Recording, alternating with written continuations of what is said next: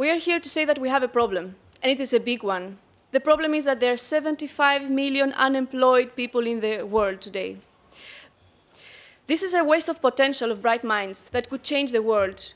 It is a waste of human talent, and it's exhausting our dignity and our sense of purpose. It's struggling our future. Most of us know how it feels like not to get a job that we really want. How about we don't get a job that we really need? What if we don't have a support net? What don't we have any means to support our family or pay for somewhere to live?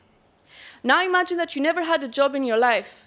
Imagine that almost everyone that you knew does not ever have a job in their life. That is the reality, and it's the reality for the 60% of young people in Greece and the 56% of young people in Spain. Socially, these trends are unsustainable, and morally, they're unacceptable. And this is a global emergency, and we're really asking for your help at this point.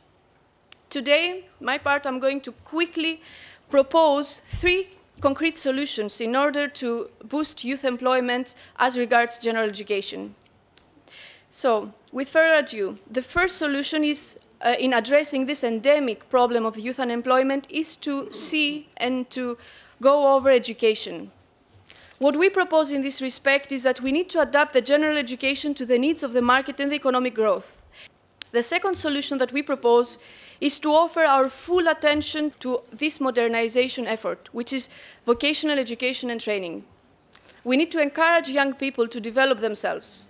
And the truth to be told, did you know that young people, and generally people, they spend approximately every day 6 hours watching television, texting, or surfing social networking sites?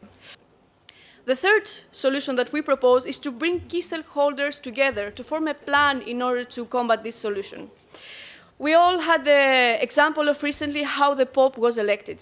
They all got locked up in a room, and after a while we all saw the white smoke going out. That's exactly what we need to do when we have big problems. Gather all together the teams, lock up ourselves in a room, come up with solutions, and then the white smoke will come out. And when this white smoke comes out, we all need to sit together and implement those solutions. Dear ladies and gentlemen, my name is Ariane Bayard. In this part, I'm going to present you how to encourage and facilitate youth employment. The first one is to increase incentives to hire young.